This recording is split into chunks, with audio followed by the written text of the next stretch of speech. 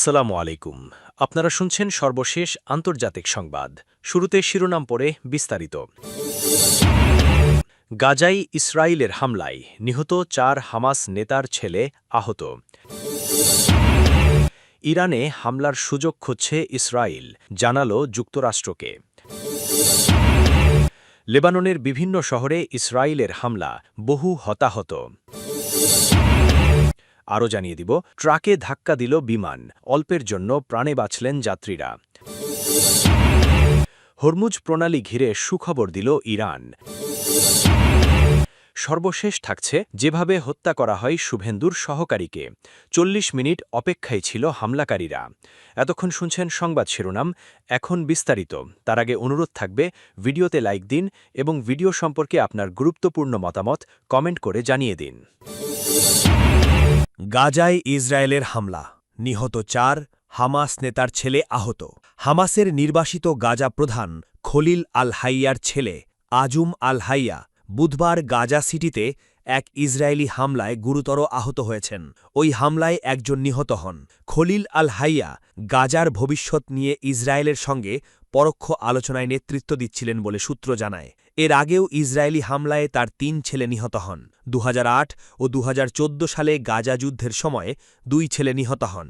এ খবর দিয়ে বার্তা সংস্থা রয়টার্স বলছে, গত বছর দোহায় হামাস নেতৃত্বকে লক্ষ্য করে চালানো এক ইসরায়েলি অভিযানে আরেক ছেলে নিহত হন।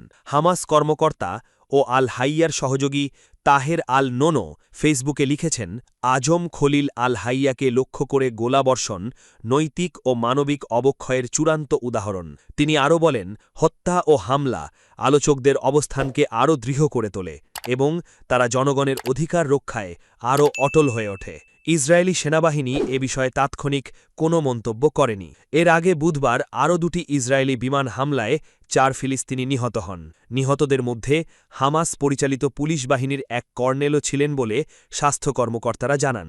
চিকিৎসকদের ভাষ্যানুযায়ী খান ইউনিসে মাদক বিরোধী বাহিনীর প্রধান নাসিম আল কালাজানি নিজ গাড়িতে থাকা অবস্থায় আল মাওয়াসি এলাকার কাছে ইসরায়েলি হামলায় নিহত হন। এতে আরও অন্তত ১৭ জন আহত হন। গাজায় নিজেদের নিয়ন্ত্রণ শক্তিশালী করতে হামাস যে পুলিশ বাহিনী ব্যবহার করছে তাদের ওপর ইসরায়েল সাম্প্রতিক সময়ে হামলা বাড়িয়েছে। ইরানে হামলার সুযোগ খুঁজছে ইসরায়েল, জানালো যুক্তরাষ্ট্রকে। ইরানের বিরুদ্ধে আবারও সামরিক অভিযান চালাতে আগ্রহী ইসরায়েল। এ বিষয়ে নিজেদের অবস্থান যুক্তরাষ্ট্রকে স্পষ্টভাবে জানিয়েছে দেশটি। ইসরায়েলি পাবলিক ব্রডকাস্টিং কর্পোরেশনের প্রতিবেদনে বলা হয়েছে, তেল আভিবের সামরিক ও নিরাপত্তা নীতি নির্ধারকরা মনে করছেন ইরানের সঙ্গে চলমান আলোচনা বা সম্ভাব্য সমঝোতা কেবল সময় ক্ষেপণ ছাড়া কিছু নয়। প্রতিবেদনে দাবি করা হয়, পারস্য উপসাগরীয় অঞ্চলের চলমান উত্তেজনাকে কাজে লাগিয়ে ইরানের ভেতরে নতুন করে হামলা চালানোর পরিকল্পনা করছে ইসরায়েল।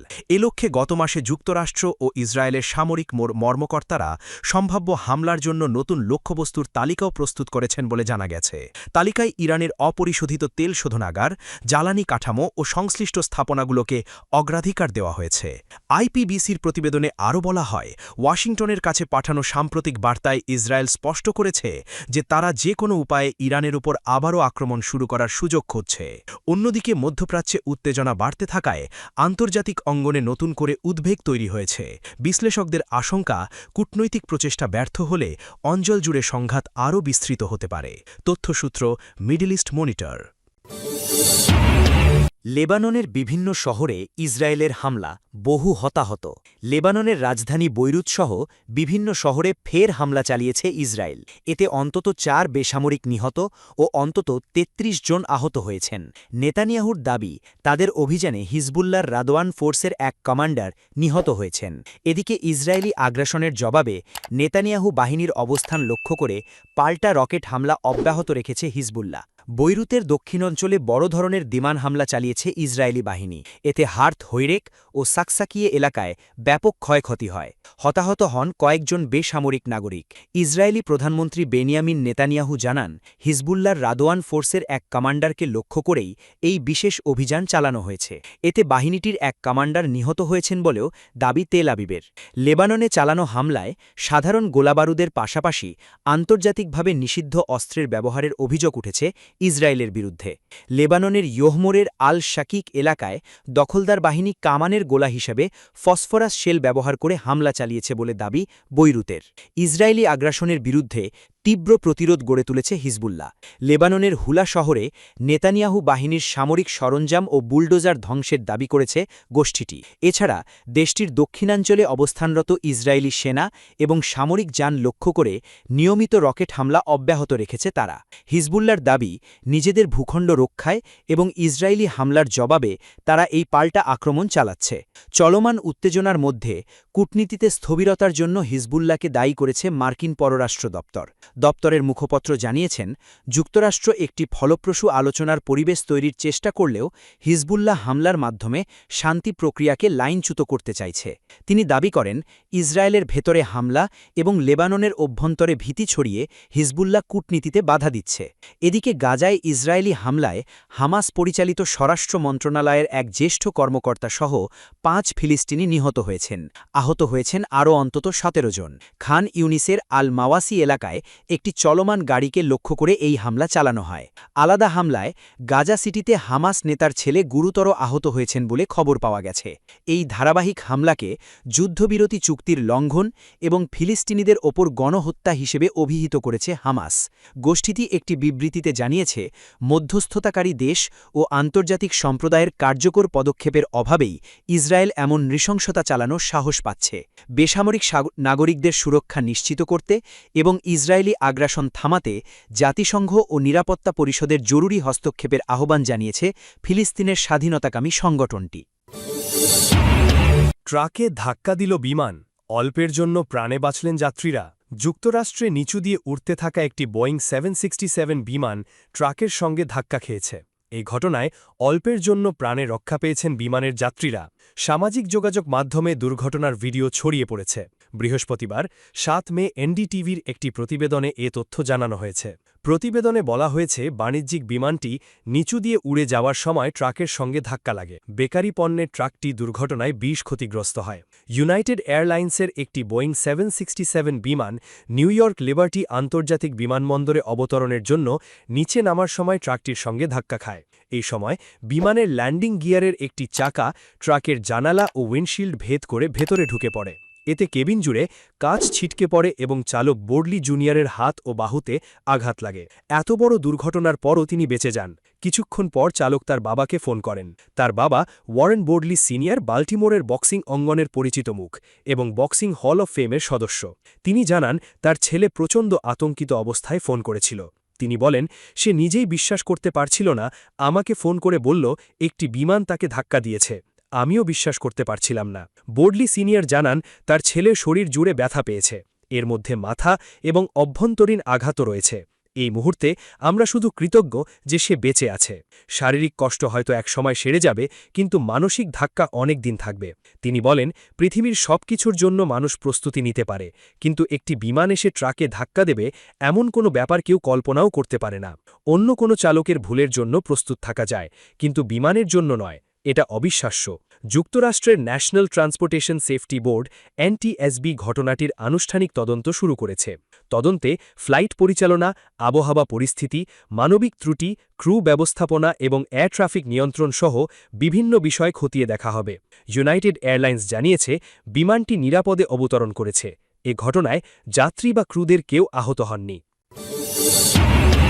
হরমুজ প্রণালী ঘিরে সুখবর দিল ইরান যুক্তরাষ্ট্র ও ইরানের মধ্যে যুদ্ধবিরতি চললেও হরমুজ প্রণালীর নিয়ন্ত্রণ তেহরানের হাতে সিএনএন জানিয়েছে এখনও প্রায় 1600 জাহাজ আটকে আছে তবে বৃহস্পতিবার 7 মে প্রণালীটি নিয়ে সুখবর দিয়েছে ইরান হরমুজ প্রণালী দিয়ে চলাচলকারী সব বাণিজ্যিক জাহাজকে জ্বালানি চিকিৎসা সেবা ও সীমিত পরিসরে মেরামত সামগ্রী সরবরাহের প্রস্তুতি নেওয়ার কথা জানিয়েছে তেহরান দেশটির বন্দর ও সামুদ্রিক সংস্থা পিএমও এ ঘোষণা দেয় পিএমও একটি আনুষ্ঠানিক বিজ্ঞপ্তিতে জানায় হরমুজ প্রণালী ও সংলগ্ন জলসীমায় চলাচলকারী বাণিজ্যিক জাহাজগুলোর জন্য জনসাধারণের সামুদ্রিক সেবা কারিগরি সহায়তা ও চিকিৎসা সেবা দেওয়ার তাদের প্রস্তুতি রয়েছে ইরানের বন্দর ও সামুদ্রিক সংস্থা জানিয়েছে এটি তাদের তাদের সামুদ্রিক নিরাপত্তা সংক্রান্ত দায়িত্বের অংশ 3 দিন ধরে প্রতিদিন 3 বার ভিএইচএফ মেরিন রেডিওর মাধ্যমে সম্প্রচারিত বার্তায় জাহাজের অধিকতা ও মালিকদের প্রয়োজনীয় সরঞ্জাম, জ্বালানি, চিকিৎসা সেবা বা অনুমোদিত মেরামত সামগ্রী চাওয়ার আহ্বান জানানো হয়েছে। ঘোষণায় বলা হয়, জাহাজগুলো নিকটস্থ ইরানি বন্দরের ভেসেল ট্রাফিক সার্ভিসের সাথে চ্যানেল 16-র মাধ্যমে যোগাযোগ করতে পারবে অথবা স্থানীয় এজেন্টদের মাধ্যমে সহায়তা নিতে পারবে। পিএমও আরও জানায়, বিশ্বের অন্যতম গুরুত্বপূর্ণ নৌ বাণিজ্যিক করিডরে নৌ নিরাপত্তা ও বন্দর সেবা নিশ্চিত করা ইরানের সার্বভৌম দায়িত্বের অংশ। 40 মিনিট অপেক্ষায় ছিল হামলাকারীরা। যেভাবে হত্যা করা হয় শুভেন্দুর সহকারীকে, ভারতের পশ্চিমবঙ্গের বিজেপি নেতা শুভেন্দু অধিকারীর ব্যক্তিগত সহকারী পিএ চন্দ্রনাথ রাতকে গুলি করে হত্যা করা হয়েছে। বিধানসভা নির্বাচনে বিজেপির ঐতিহাসিক জয়ের মাত্র 2 দিন পর বুধবার রাতে মধ্যমগ্রামে এই হামলা হয়। তদন্তকারীরা জানান, প্রথম ভুয়া নম্বর প্লেটধারী এক গাড়ি চন্দ্রনাথের গাড়ি গতিরোধ করে। এরপর হামলাকারী মোটরসাইকেলে এসে 3 বার চন্দ্রনাথকে গুলি করে। দেশটির স্থানীয় সময় বুধবার রাত 10:30টায় এই হত্যাকাণ্ড হয়েছে। চন্দ্রনাথের গাড়িটি প্রথমে দোলতালার কাছে মধ্যমগ্রামে আটক করা হয়। প্রতিবেদনে বলা হয়েছে, ভুয়া নম্বর প্লেট লাগানো গাড়িটি রাস্তার মাঝে চন্দ্রনাথের গাড়ি থামাতে বাধ্য করে। এরপর চন্দ্রনাথকে লক্ষ্য করে অন্তত 4টি গুলি চালায় হামলাকারীরা। এরপর ওই ভুয়া নম্বর প্লেট লাগানো গাড়িটি ফেলে মোটরসাইকেলে করে পালিয়ে যায় হামলাকারীরা। স্থানীয় হাসপাতালের একজন চিকিৎসক পিটিআইকে বলেন, চন্দ্রনাথকে মৃত অবস্থায় হাসপাতালে নিয়ে আসা হয়েছিল। তার বুকে এবং হৃৎপিণ্ডে গুলি লেগেছিল। ওই চিকিৎসক আরও বলেন, ভুক্তভোগীকে মৃত অবস্থায় আনা হয়েছিল। চন্দ্রনাথের বুকে 2টি গুলির আঘাত ছিল, যার একটি হৃৎপিণ্ড ভেদ করে এবং আরেকটি গুলি তার পেটে লাগে। তাকে বাঁচানোর কোনো সুযোগ ছিল না। একজন প্রত্যক্ষদর্শী দাবি করেছেন যে হামলাকারীরা পেশাদার ছিলেন। ওই ব্যক্তি এনডিটিভিকে বলেন, চন্দ্রনাথের গাড়িটি কেবল আমাকে অতিক্রম করল, এরপর রাস্তার মাঝে হুট করে থামল এবং বাইকে আসা এক ব্যক্তি গাড়ির বাম পাশে গুলি চালাল। হামলাকারীদের দেখে পেশাদার মনে হয়েছে। এছাড়া তিনি আরও বলেন, আমি 2 রাউন্ড গুলির শব্দ শুনেছি।